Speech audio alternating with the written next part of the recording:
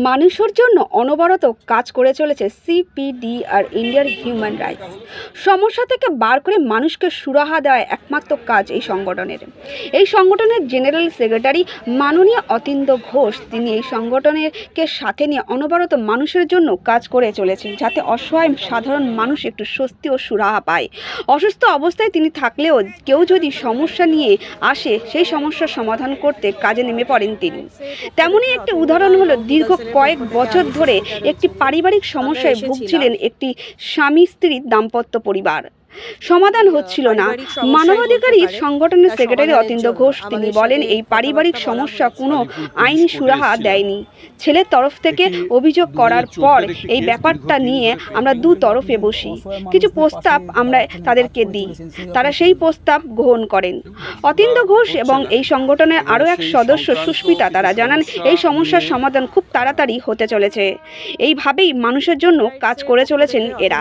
এবং লিগাল সেলের পক্ষ থেকে আমি সুস্মিতা রয়েচুন্ডি, আমরা এসেছিলাম একটি পারিবারিক সমস্যাই বলতে পারেন, তার সমাধানের জন্য আমাদের সাথে কথাবার্তা বলা হয়েছে। প্রক্রিয়াতে যা যা আইনি পদক্ষেপ নেওয়া সেটা আমাদের তরফ থেকেও নেওয়া হচ্ছে, এবং সমস্যাটা যাতে খুব তাড়াতাড়ি দ্রুত সমাধান হয় সেই জন্য আমরা ওনাদেরকে, যাদের সাথে একটা আমাদেরকে যারা প্রস্তাব দিয়েছেন, উল্টো দিকে যারা আছেন সেই পরিবারের কাছে একটা প্রস্তাবও দাদাও ছিলেন, দাদাও বলতে পারবেন। এই প্রস্তাবটা এখন কতটা কার্যকরী হয় সেটা আমরা সর্বান্তকরণে দেখছি, এবং পজিটিভ একটা আউটকাম অবশ্যই এটা থেকে আসবে।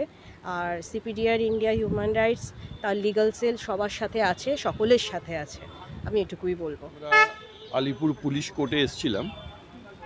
একটি 2014-এর একটি কেস দীর্ঘদিন ধরে পেন্ডিং হয়ে পড়ে রয়েছে, যা সুরা হচ্ছে না, এবং সেই সংক্রান্ত কিছু সমস্যা নিয়ে ছেলেপক্ষ আমাদের কাছে এসেছে। স্বামী স্ত্রীর মধ্যে একটু বিবাদ দীর্ঘদিন ধরে চলছে, এবং সেই নিয়ে কোনো আইনি প্রক্রিয়ার পক্ষ থেকেও কোনো সুরা এখনও মেলেনি। তো যাই হোক, আমাদের সিপিডিআর ইন্ডিয়া হিউম্যান রাইটসের লিগ্যাল সেলের পক্ষ থেকে আমাদের মাননীয় ভাইস প্রেসিডেন্ট যিনি রয়েছেন মহিলা সেলের, আমাদের মিস্টারদি, ওনাকে সাথে করেই আমি নিয়ে এসেছিলাম, এবং আমরা ওনাদের লয়ারের সাথে বসেছি, কথোপকথন বলেছি, এবং আগামী দিনে যাতে এটা অতি তাড়াতাড়ি সম্পূর্ণ হয় তার জন্য আমরা প্রস্তাব রেখেছি বেশ কিছু। সেই প্রস্তাব তারা গ্রহণ করেছে, আগে আমাদেরকে জানাবে, এবং আমরা আশা রাখছি যে আগামী দিনে এনাদের যে এত বছর ধরে যে সমস্যাটা, সেই সমস্যাটা দ্রুত সম্পূর্ণ হবে, সমস্যাটা সম্পূর্ণ হয়ে যাবে। অসুস্থতায় ভুগছি, সমস্যাটা অনেক দিন থেকেই চলছে। অন্তত ডেলি ধরুন 100 থেকে 150টার উপরে আমাদেরকে ফোন কল অ্যাটেন্ড করতে হয়। অসহায় মানুষরা ফোন করে, তাদের সমস্যা শুনতে হয়, এবং ফোনে অনেকক্ষণ ধরে সবার সাথে কথা বলতে হয়। যারা 10 বছর ধরে মানবাধিকার সংগঠন করছি, যে অসহায় মানুষগুলো আসে তাদের কথা তো আমাকে শুনতে হবে, তাদের বেদনা তো আমাকে জানতে হবে। আমরা চেষ্টা করছি দীর্ঘদিন ধরে centre for protection of democratic requirement of India, যা short form CPDR India human rights organisation, দীর্ঘদিন ধরে মানুষের সাথে মানুষের পাশে কাজ করছি।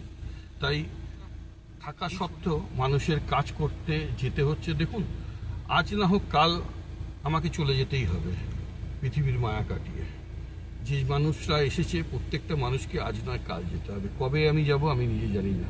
ভগবান যতদিন আমার আয়ু রেখেছে ততদিন আমি বাঁচব, সে শরীর খারাপের মধ্যেই হোক আর শরীর খারাপ না থাকলেও। তাই যতদিন বেঁচে আছি, অসুস্থতার মাধ্যমেও যদি মানুষের জন্য কিছু করে যেতে পারি, হয়তো আত্মার শান্তি পাবে যে মানুষের জন্য কিছু তো করতে পারলাম। এর বাইরে আর কিছু চাওয়া বা পাওয়ার নেই।